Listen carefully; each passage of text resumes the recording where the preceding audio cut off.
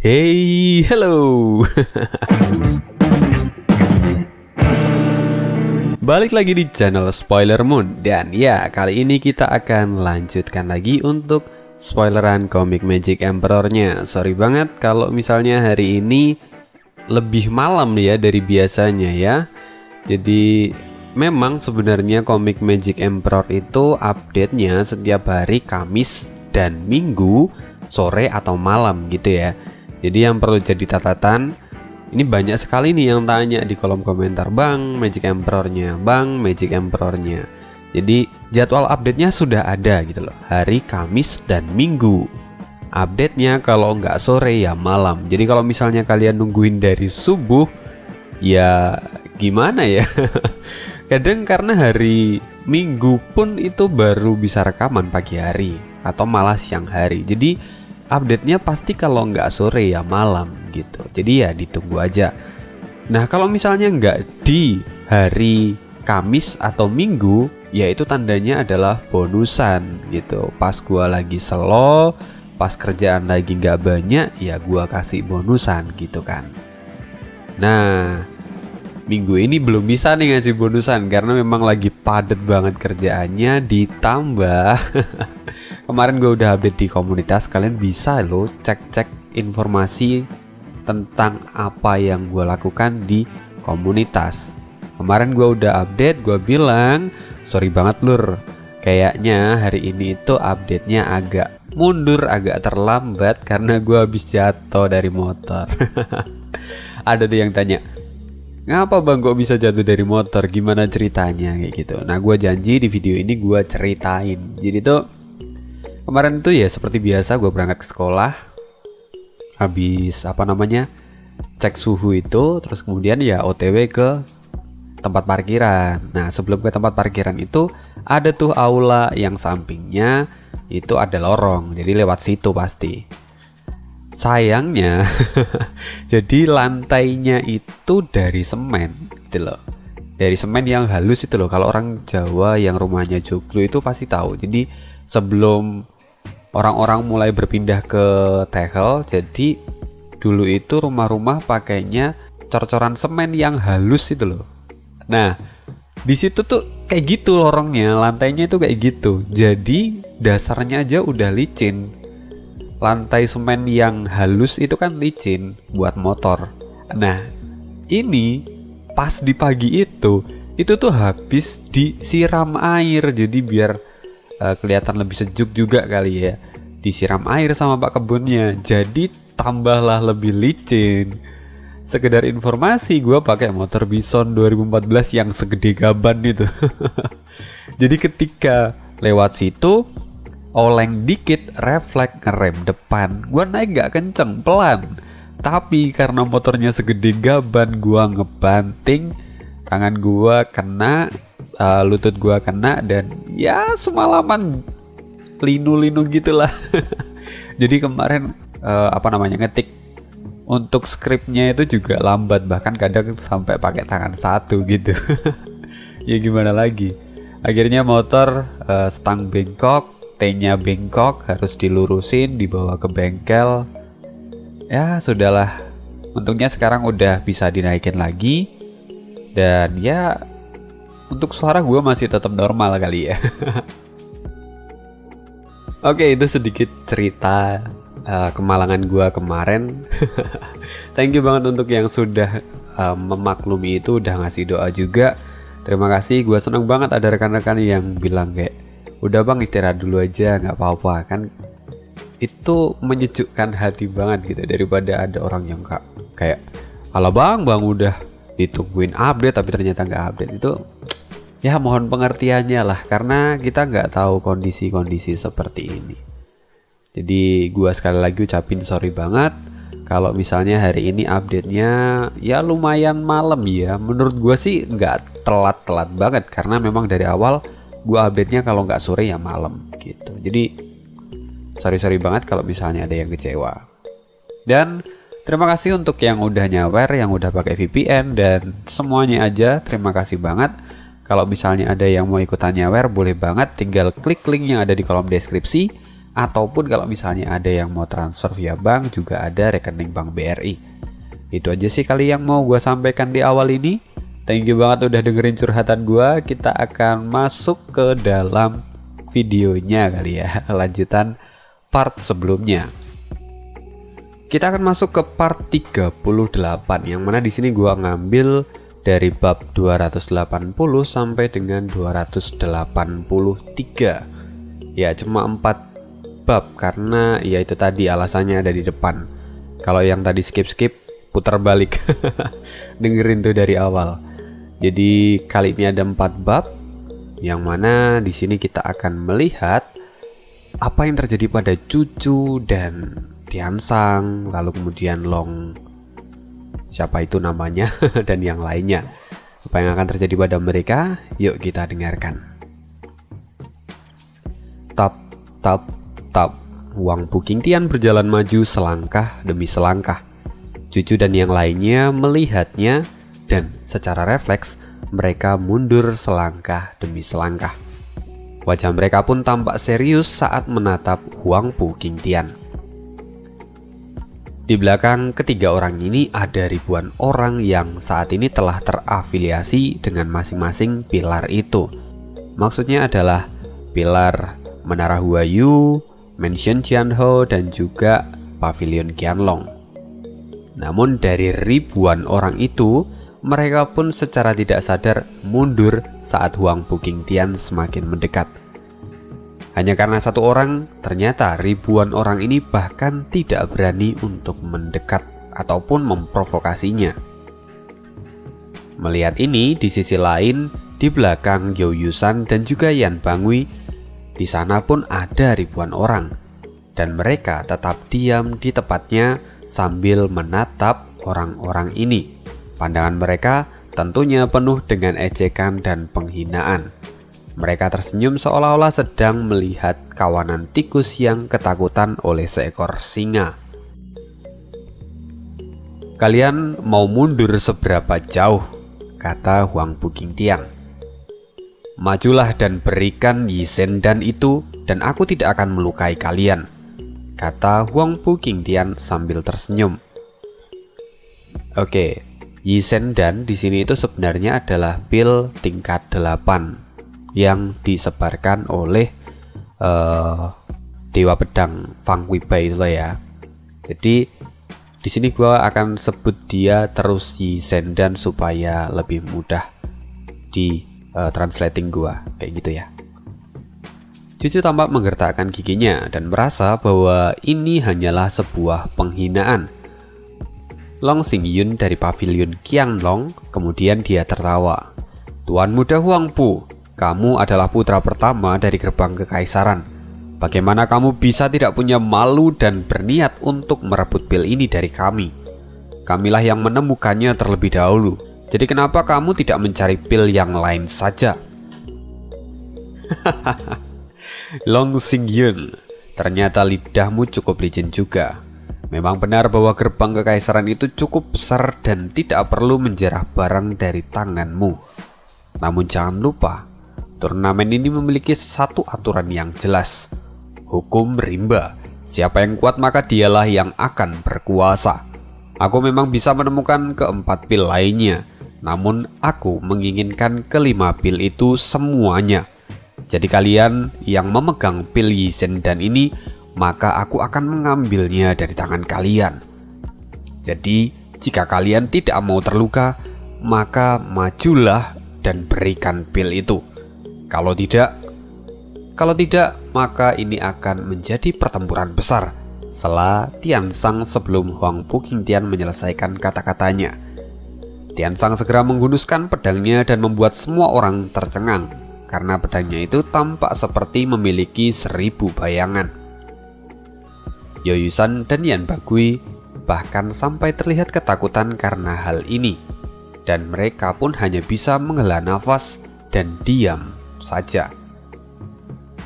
Tapi Wang Pu Qingtian seolah masih bisa menguap. Dia sama sekali tidak menempatkan Xie Tiansang dalam matanya. Baginya Tiansang ini tidak lebih dari seekor nyamuk yang cukup berisik di telinganya. Melihat ekspresi dari Huang Pu Qingtian, hati Long Xingyun bergetar. Dia kemudian berinisiatif untuk membantu Tiansang. Dia mengeluarkan kekuatannya dan kemudian menghantam ke arah Huang Pu Qingtian. Serangan itu bergerak dengan sangat cepat. Lalu Huang Pu Qingtian hanya menampar naga itu, yang kemudian naga itu membentur tanah lalu menghilang. Serangan ini tapi tidak berhenti di sana. Dari dalam tanah kemudian raungan naga terdengar. Tiba-tiba pijakan dari kaki Huang Pu Qingtian telah menghilang dan dia hampir ditelan oleh naga yang baru saja muncul dari dalam tanah. Ledakan pun terjadi saat naga itu menelan Huang Pu Qingtian.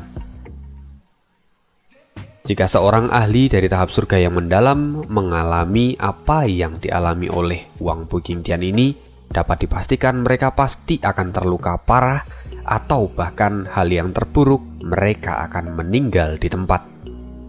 Namun, asap mulai menghilang dan Huang Pu Qingtian berjalan keluar dengan santainya.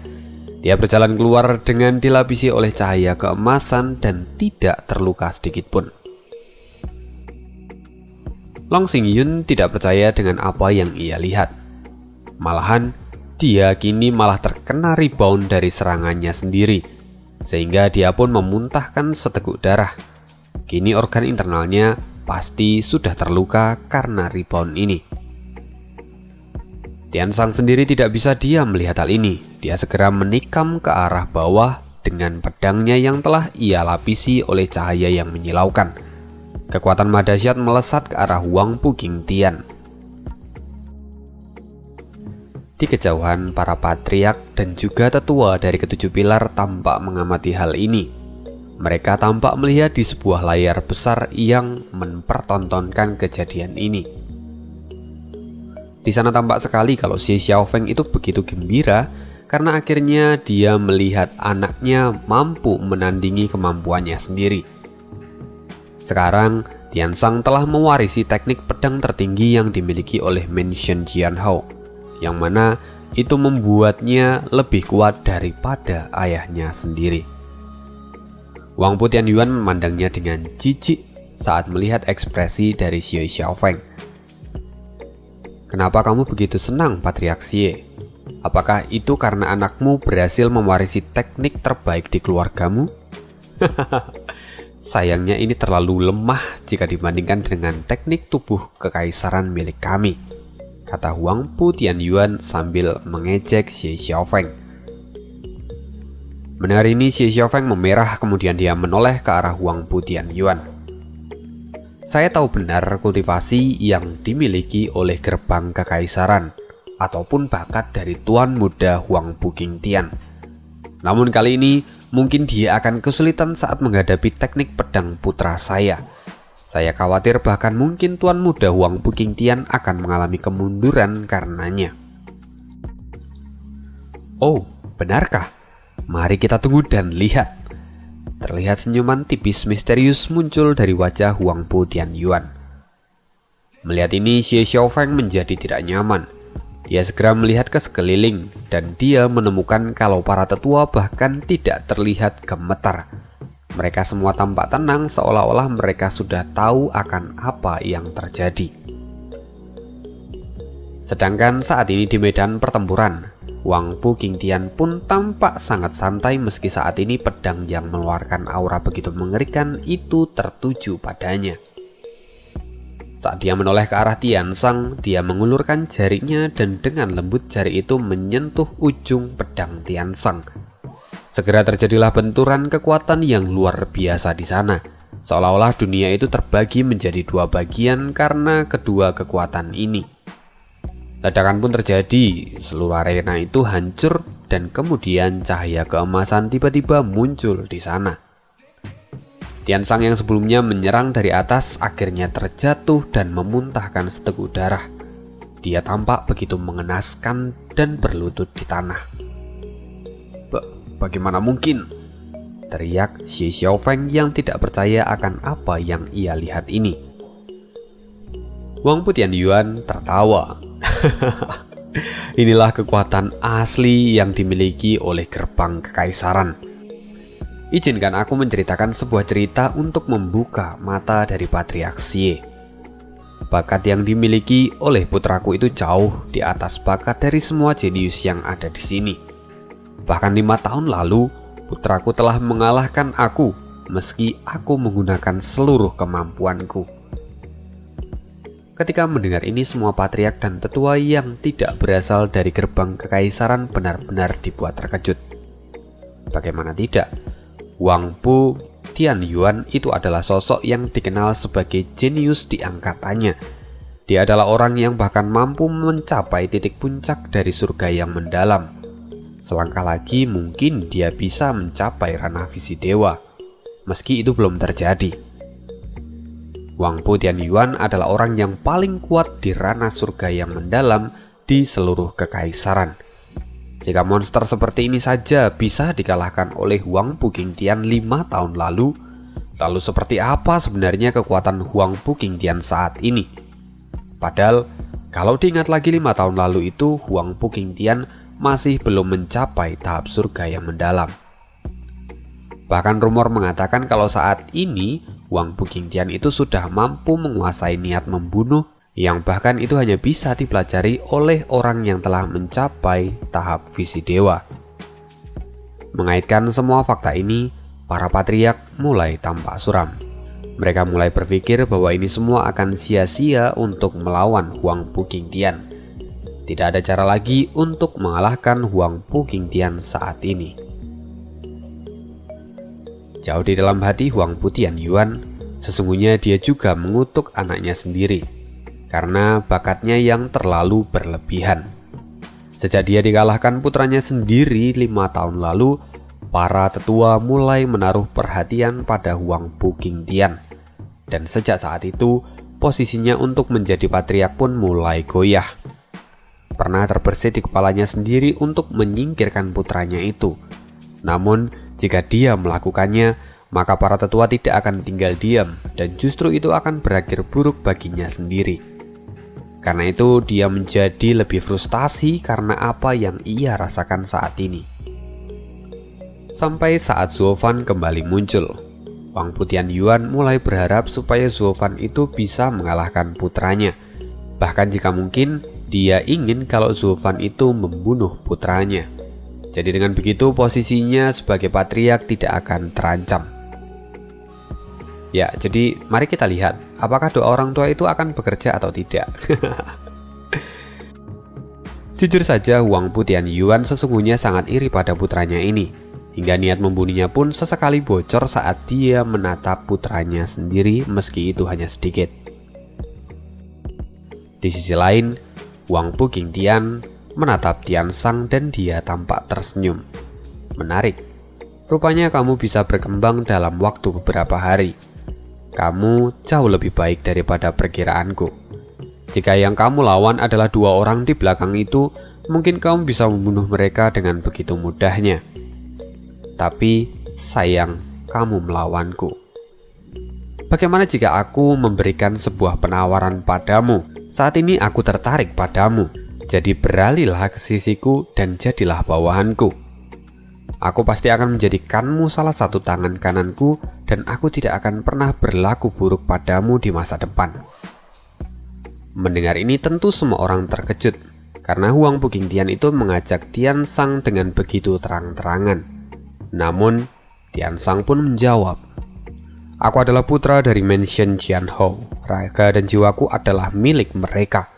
Ini bukan keputusanku untuk siapa aku akan mengabdi," kata Tiansang sambil melihat Huang Pu Qingtian dan tersenyum. Sesungguhnya meski dia kalah, dia merasa senang karena akhirnya Huang Pu Qingtian itu memperhitungkan dirinya di matanya. Mendengar ini, Huang Pu Qingtian pun berkata, "Omong kosong, jiwa, raga, atau bahkan dunia itu adalah milik kita di masa depan. Cepat atau lambat orang-orang tua itu pasti akan berakhir di peti mati. Lantas kenapa kamu begitu peduli pada mereka? Jika kamu mengikutiku, maka seluruh Mansion Jianhou pun pasti akan mengikuti keputusanmu." Hei, ini juga berlaku untuk kalian berdua. Jika kalian tunduk padaku, maka kita tidak perlu lagi bertarung di dalam turnamen 100 aliran ini. Kita akan menjadi satu keluarga yang utuh, kata Huangpu Qingtian pada mereka bertiga. Semua orang yang menonton ini terkejut, tak terkecuali Yun Chang ataupun para patriark dari ketujuh pilar. Jelas-jelas apa yang dilakukan oleh Huangpu Qingtian itu adalah sebuah kejahatan, karena dia begitu berani menentang otoritas dari para patriark, meski dia itu masih begitu muda. Wajarnya, semua tuan muda dari masing-masing keluarga itu tidak akan berani melakukan ini, karena kalau mereka sampai berani, mungkin kepala mereka lah yang akan terpenggal. Namun Huangpu Qingtian benar-benar menganggap dirinya sendiri sebagai penguasa dan patriark dari gerbang kekaisaran, dan dia sangat berambisi untuk menyatukan ketujuh pilar dengan egonya sendiri. Saat ini, di tempat para patriark, Huangpu Tianyuan mukanya memerah. Itu terjadi karena dia merasa tidak dihargai. Hanya saja saat dia melihat para tetua, tampak bahwa mereka sendiri sama sekali tidak protes. Malahan, seolah-olah para tetua itu berpikir bahwa apa yang dikatakan dan dilakukan oleh Huangpu Qingtian itu adalah sebuah hal yang wajar. Bahkan, tak sedikit dari mereka yang kemudian bertepuk tangan dan menyetujui pemikiran dari Huangpu Qingtian. Di pusat kota terdapat batu penyiaran untuk turnamen 100 aliran ini.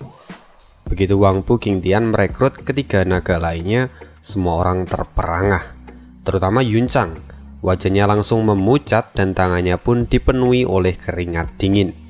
Dia sangat khawatir akan situasi kali ini, karena jika Cucu dan yang lainnya setuju akan proposal dari Huangpu Qingtian, maka semuanya akan berakhir. Bahkan jika itu adalah Zuo Fan, dia tidak akan bisa melawan full member dari generasi keajaiban ini. Maksudnya ya itulah, kalian tahu. Namun Cucu, Tiansang, dan Long Xingyun saling tatap satu sama lain dan dengan serempak mereka menggelengkan kepala. Tentu ini membuat Huangpu Qingtian merasa heran. Kenapa? Kalian sungguh tidak bijaksana, kata Huangpu Qingtian. Long Xingyun kemudian mencibir. Jika kami menyerah, aku takut kami tidak akan memiliki kebebasan kami sendiri. Kami tidak menginginkan kehidupan yang berada di telapak kaki orang sepertimu. Padahal aku sudah memberi kalian kesempatan. Aku sudah bersikap murah hati, namun kalian benar-benar memilih untuk menjadi musuh dari tuan muda ini. Kekejaman melintas di mata Huangpu Qingtian. Sedangkan ketiga orang itu saling berdiri berdampingan, kemudian ketiganya bergandengan tangan untuk terjun dalam pertarungan bersama. Huangpu Qingtian terlihat acuh tak acuh dan berkata, "Inilah yang akan terjadi jika kalian tidak mengikutiku. Jangan pernah menyesalinya di masa depan." Aura membunuh dari Huangpu Qingtian langsung meledak. Dia melangkah kemudian menghilang dalam sekejap. Tiba-tiba Huangpu Qingtian sudah berada di hadapan ketiga orang ini, yang mana mereka semua terlihat terkejut. Sebelumnya mereka berpikir kalau Huangpu Qingtian itu hanya memiliki kekuatan yang besar namun lambat. Ternyata kecepatan ini bahkan jauh lebih cepat daripada sang naga angin Lin Xuanfeng. Tampak ketakutan melintas di mata mereka. Namun Cucu dengan cepat pulih dan menggenggam tangan kedua orang lainnya. Segera perisai es pun terbentuk dan menghalangi Huangpu Qingtian. Tiansang dan Long Xingyun tidak tinggal diam. Tiansang segera menghunuskan pedangnya dan Long Xingyun pun melepaskan pukulannya. Cahaya pedang dari Tiansang dan juga pukulan naga milik Long Xingyun menembus perisai Cucu, lalu keduanya seperti terbungkus oleh es yang dingin. Lalu saat mereka dalam satu garis lurus, ketiga serangan itu bertaut dan menjadi satu. Kini terlihat bayangan pedang itu dililit oleh naga dan kumpulan es yang sangat dingin. Serangan ini begitu cepat melesat ke arah Huangpu Qingtian. Kekuatan ini jauh lebih kuat daripada serangan-serangan sebelumnya. Bahkan ini cukup membuat Huangpu Qingtian sendiri terkejut hingga tidak mampu untuk bergerak. Tubuhnya seolah membeku saat dia berhadapan dengan serangan ini. Yan Bangui dan juga You Yusan benar-benar merasa terkejut. Mereka bergumam, sejak kapan mereka belajar teknik fusi seperti ini, kata mereka. Para penonton pun kini terkejut, kecuali Chu Bijun yang saat ini justru tersenyum seolah dia mengetahui alasan dibalik semua ini. Sebenarnya sebelum turnamen ini berlangsung, Chu Bijun dan Cucu sudah saling bicara satu sama lain dan mencari cara untuk mengalahkan Huang Buqingtian. Lalu muncullah sebuah gagasan untuk menggunakan teknik fusi, sehingga setelahnya mereka bertiga pun kemudian dilatih secara khusus di bawah naungan Chu Bijun. Pedang naga es itu melesat ke arah Huang Buqingtian dan setiap area yang ia lalui maka akan langsung berubah menjadi beku. Bahkan sang monster Huang Buqingtian sampai merasakan kalau seluruh tubuhnya pun kaku dan mati rasa. Dia benar-benar tidak berdaya kali ini. Huang Buqingtian menggertakkan giginya kemudian mengumpulkan energinya di telapak tangan dan segera menghadang serangan itu dengan menangkap pedang naga es itu, yang mana ia menggunakan telapak tangannya untuk menahannya. Namun pedang itu kemudian meledak dan segera hawa dingin menyebar dengan cepat. Huang Buqingtian pun bernasib buruk. Dalam sekejap dia membeku di dalam sebuah bongkahan es. "Tuan muda!" teriak Yoyusan dan Yan Bangui serta yang lainnya. Kini wajah mereka dipenuhi dengan rasa khawatir. Mereka tidak menyangka kalau Cucu dan yang lainnya itu bisa memiliki kekuatan seperti ini. Kini di tempat para patriark keluarga, Menara Huayu dan dua pilar lainnya tampak begitu puas dan gembira di dalam hati mereka saat melihat nasib dari Huang Buqingtian. Xie Xiaofeng bahkan menjadi semakin sombong dan menoleh ke arah gerbang kekaisaran. Dia sudah membayangkan wajah pucat dari Huang Butianyuan. Namun tidak bisa ia temukan ekspresi ketakutan ini. Semua orang di sana tampak begitu tenang dan tidak panik sedikit pun. Melihat ini, matanya mulai bergetar. Dia mulai merasakan bahwa ada sesuatu yang aneh. Ada sesuatu rahasia di balik ketenangan mereka ini. Akankah ini menjadi ketenangan sebelum badai datang? Segera, Xie Xiaofeng memalingkan wajahnya dan melihat ke arah Huang Buqingtian lagi. Dan benar saja, raungan naga terdengar menggema di seluruh area itu. Cucu yang tadi merasa di atas angin, wajahnya tiba-tiba memucat dan melihat ke arah Huang Buqingtian.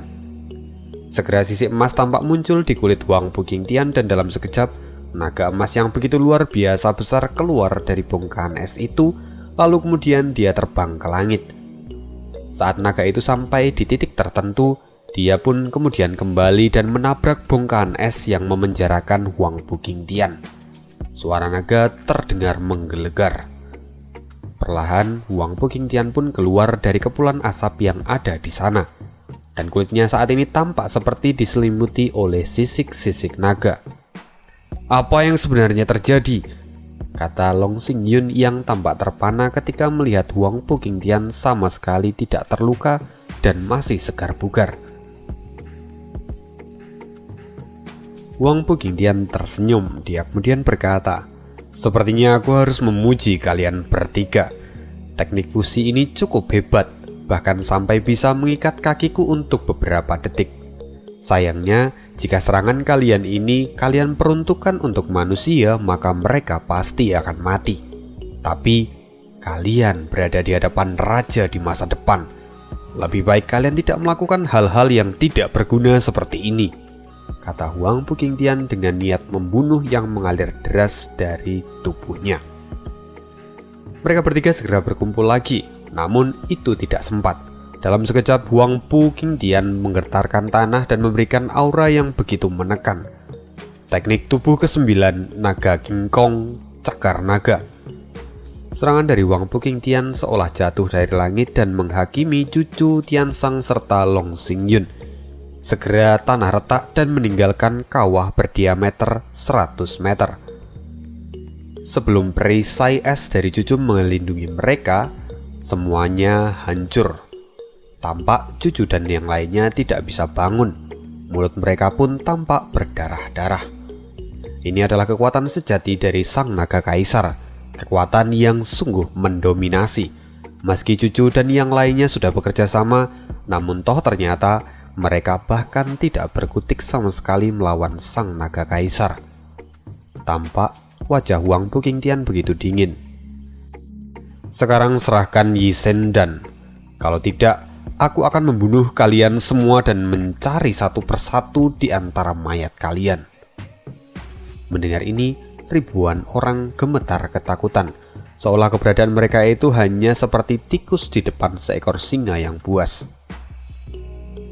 Tianyang bergegas bangun dan bersiap untuk menyerang, namun kakak laki-lakinya menoleh dan membuat dia tidak berani untuk melangkah lebih jauh. Sekarang cucu tampak frustasi. Dia menggigit bibirnya dan kemudian berteriak, "Jangan lukai mereka semua. Aku akan menyerahkan Yi Sendan." "Akhirnya kau sadar akan posisimu. Lantas kenapa kau tidak melakukannya dari sebelumnya? Jika kamu melakukan itu, maka ini semua tidak akan terjadi," kata Huang Buqingtian sambil mencibir. "Baiklah, aku akan melepaskan kalian semua. Namun karena kalian telah membangkang, maka kalian harus mendapatkan hukuman. Di masa depan jika kalian menemukan Yi Sendan, maka kalian harus menyerahkannya padaku. Ingat ini baik-baik. Hanya yang terkuat yang boleh memiliki harta itu." Ini adalah sebuah penghinaan bagi mereka semua, termasuk cucu. Dia hanya bisa menundukkan kepalanya dan mendengarkan ocehan dari Huang Buqingtian. Dia dan yang lainnya sudah mencoba untuk melakukan yang terbaik, namun ternyata itu masih belum cukup untuk menandingi kekuatan dari Huang Buqingtian. Orang-orang yang melihat ini dari batu penyiaran tampak begitu terkejut, tak terkecuali dua buah bayangan abu-abu yang kini bersembunyi di semak-semak. Perlahan senyuman muncul di wajah mereka. Lalu bayangan yang satu berkata, "Sepertinya perjalanan kekaisaran kali ini cukup menghasilkan. Anak ini adalah sosok yang paling dibutuhkan untuk mengisi kursi itu." Sedangkan sosok yang satu lagi pun tampak tertarik pada cucu. Dia kemudian pun berkata, "Ya, sepertinya orang tua ini juga menemukan sebuah calon yang bagus." Siapa mereka? Nanti kita akan cari tahu kalau sudah waktunya. Kita akan kembali ke arena. "Nona Qingchen, apa kamu baik-baik saja?" Dandan tampak berteriak dan menghampiri cucu. Di sisi lain, Tianyang, Lon Kui, dan Long Jie pun segera menghampiri kedua saudara mereka. Sekarang semua peserta yang terafiliasi dengan Menara Huayu, Mansion Jianhao ataupun Pavilion Qianlong tampak sangat khawatir. Mereka ketakutan saat melihat pemimpin di generasi mereka tidak berkutik di hadapan Huang Buqingtian. Sekarang cucu sadar benar akan apa yang terjadi pada orang-orang. Kemudian dia berteriak, "Cepat kalian pergi dan cari kunci Yin Yang untuk mengatur formasi secepat mungkin. Abaikan kami dan pergilah." Semua orang terkejut, namun kemudian mereka memahami maksud dari cucu. Awalnya kembali ke kota Yunlong menjadi tujuan utama dari setiap peserta. Namun sejak mereka tahu kalau ada 5 buah Yi Sendan yang tersebar di seluruh gunung, mereka memilih untuk mencarinya terlebih dahulu dan menomorduakan untuk kembali ke kota Yunlong. Namun sekarang mereka sudah tidak lagi punya alasan itu. Di hadapan mereka saat ini ada Huang Buqingtian yang akan memangsa mereka kalau mereka berniat untuk memiliki Yi Sendan. Karena itu akan jauh lebih bijak kalau sekarang mereka fokus untuk mencari kunci guna kembali ke kota Yunlong. Dengan begitu, mereka akan dapat hidup dengan tenang. Ketika Huang Buqingtian mendengar ini, wajahnya tampak suram dan dia pun menjadi kecewa. Sedangkan You Yusan dan yang lainnya tampak mencibir tak henti. Setelah suasana menjadi semakin tidak kondusif, tiba-tiba terdengar suara dari semak-semak yang ada di sana. Huang Buqingtian menoleh dan kemudian dia berkata, "Siapa itu? Cepat keluar!" Sosok itu segera melompat keluar dari sana dan tampak begitu ketakutan hingga dia sampai menangis. "Tuan, akhirnya aku menemukan Anda. Tolong selamatkan saya," kata sosok itu. "Kau? Ada apa denganmu?" kata Huang Buqingtian. "Bagaimana bisa kau berakhir seperti ini, Lin Xuanfeng?" tanya Huang Buqingtian sekali lagi.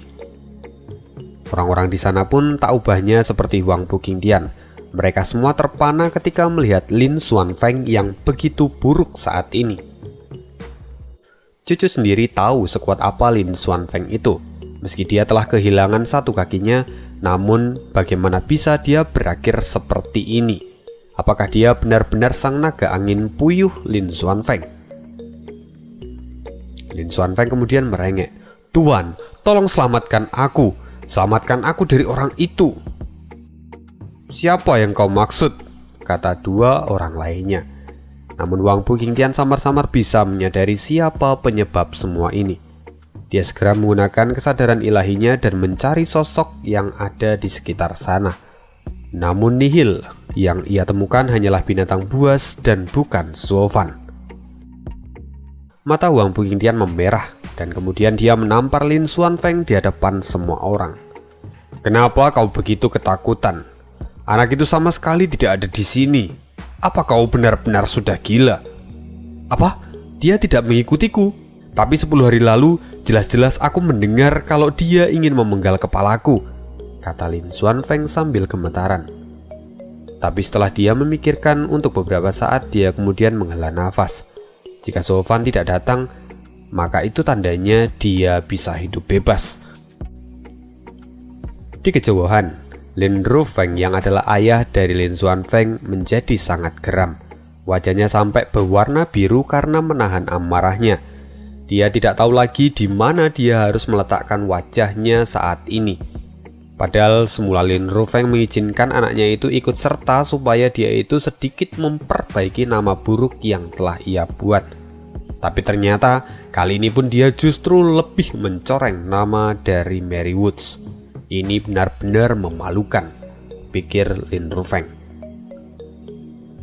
Tampak cucu dan yang lainnya berbinar ketika melihat hal ini, seolah mereka kembali mendapatkan harapan sekali lagi. Wang Buqingtian menatap Lin Xuanfeng dengan dingin dan kemudian dia berkata, "Maksudmu kau bertemu dengannya 10 hari lalu? Tapi kenapa kau begitu ketakutan? Jika dia memang ingin membunuhmu, maka kamu tidak mungkin sampai di sini hari ini."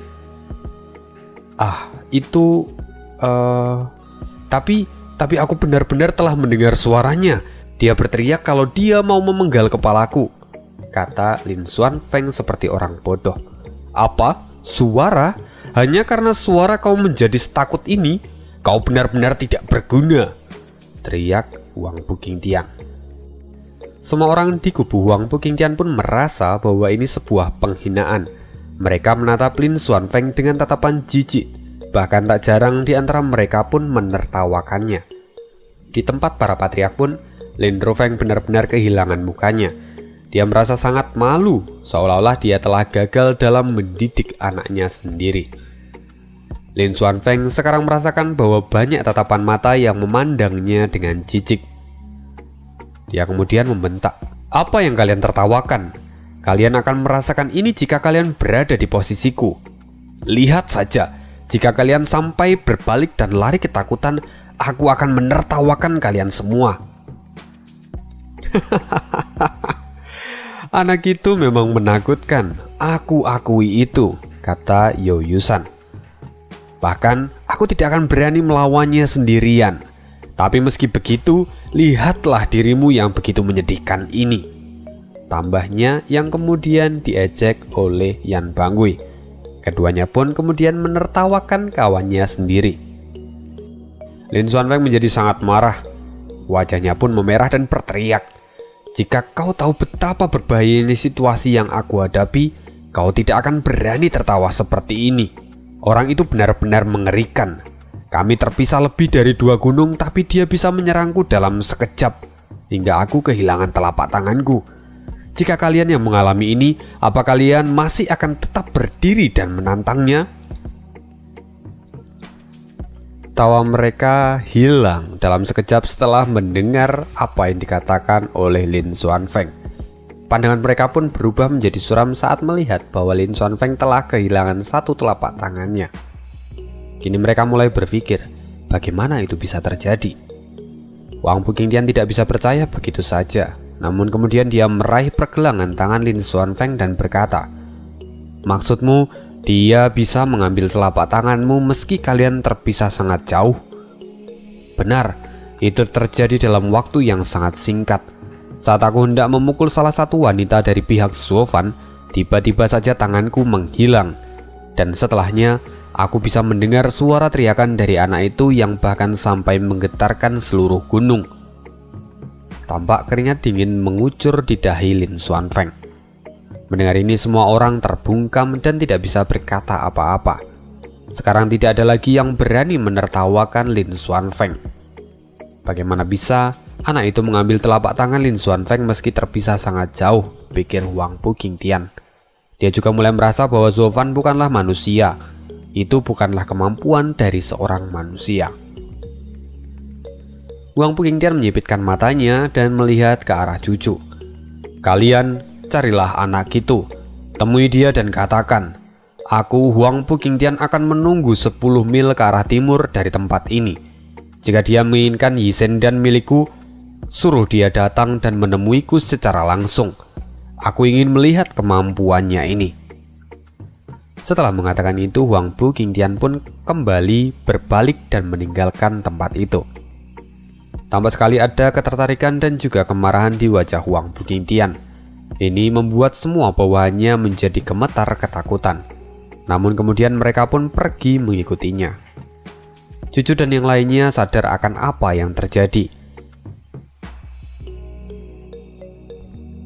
Ini adalah surat tantangan terbuka dari Wang Pu Qingtian, sesuatu yang bahkan belum pernah terjadi sebelumnya.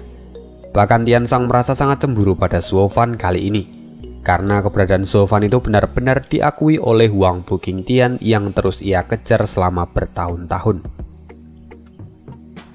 Setelah itu cucu kemudian menarik nafas dalam-dalam dan berkata, meski anak ini kejam dan jahat, tapi kita hanya bisa bergantung padanya.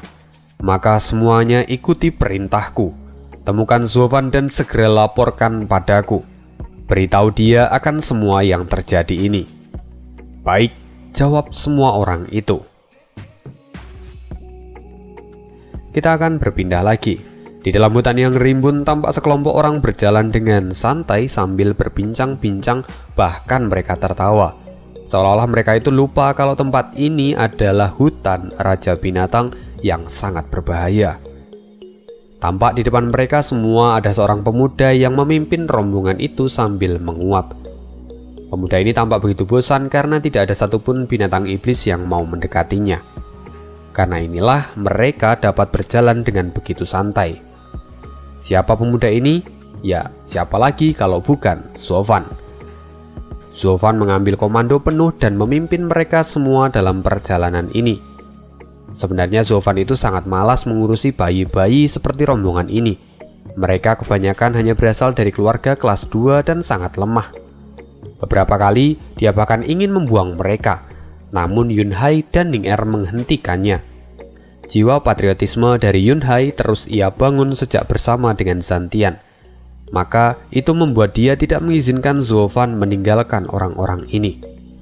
Kini Zovan tidak punya pilihan lain. Dia membimbing mereka semua dan berkeliling untuk mencari untuk mengaktifkan formasi teleportasi dan kembali ke kota Yunlong. Sekarang prioritas Zovan adalah mencari kunci itu dan segera mengembalikan orang-orang ini ke kota Yunlong. Dengan begitu dia bisa bebas. Lalu dia juga bisa mencari Yi Shendan yang tersisa. Karena jika tidak seperti itu maka semuanya akan menjadi rumit. Bertarung sambil melindungi orang-orang ini juga bukan merupakan pilihan yang bagus. Jadi inilah jalan yang akan Zovan pilih.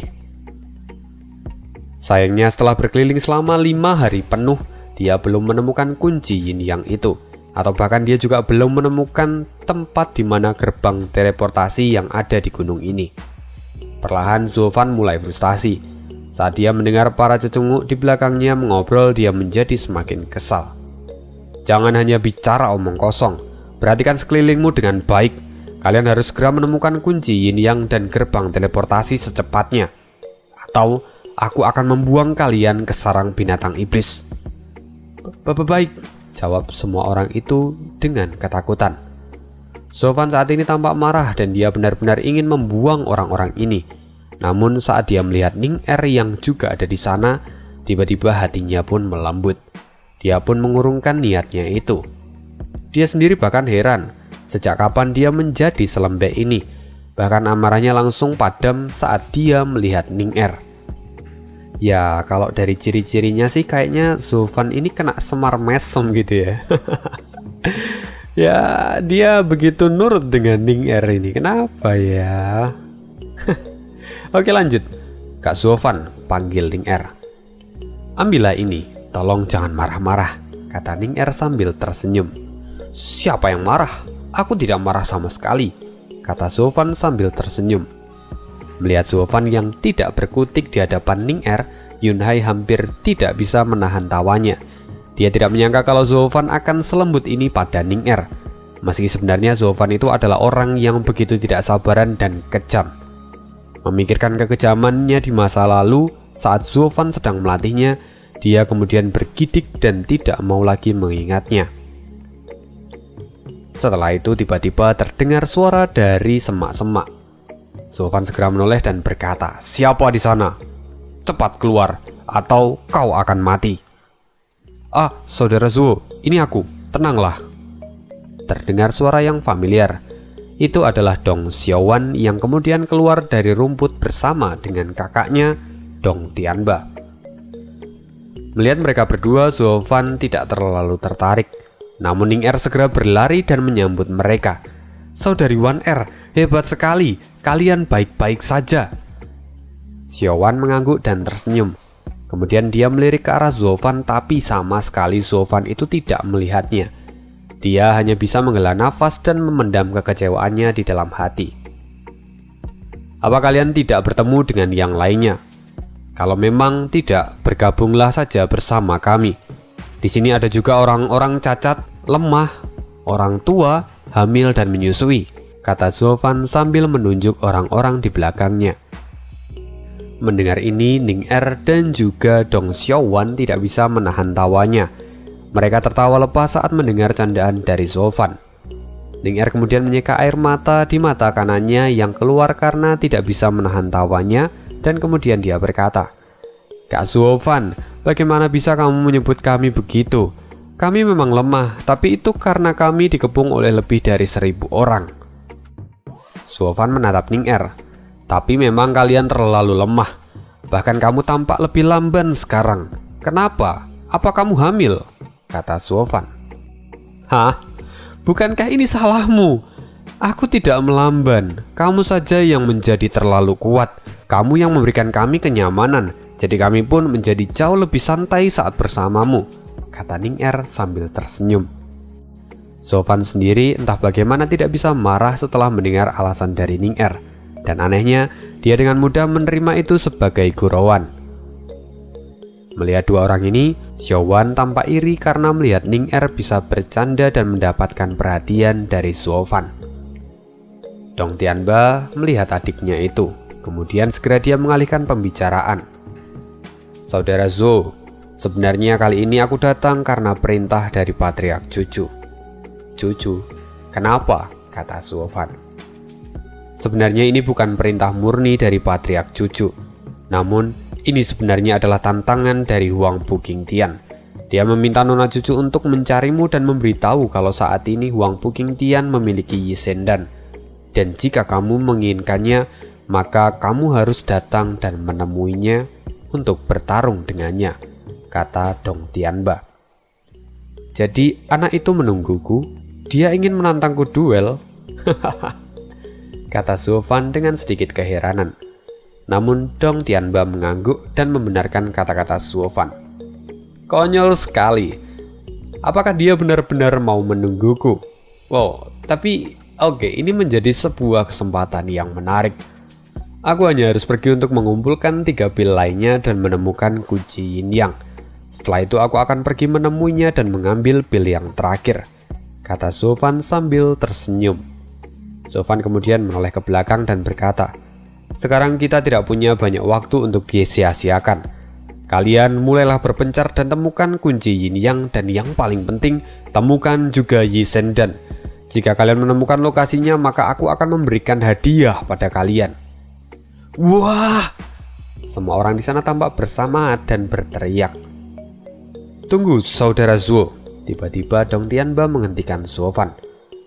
"Saat ini kami diinjak-injak oleh mereka. Bukankah sebaiknya kamu langsung menemui mereka dan membalaskan dendam kami?"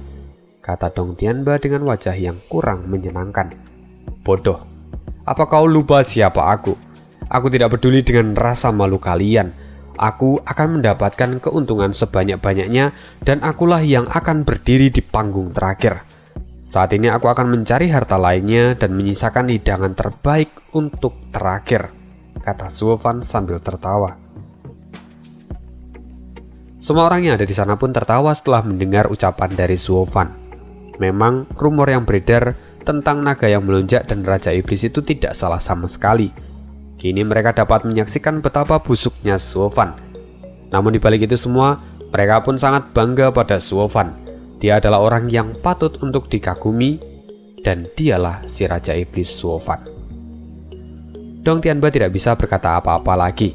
Dia hanya bisa menghela nafas dan berkata dengan lemas, "Jika memang begitu maumu, maka aku akan pergi dan bertemu dengan Patriark Cucu dan memberitahunya tentang ini."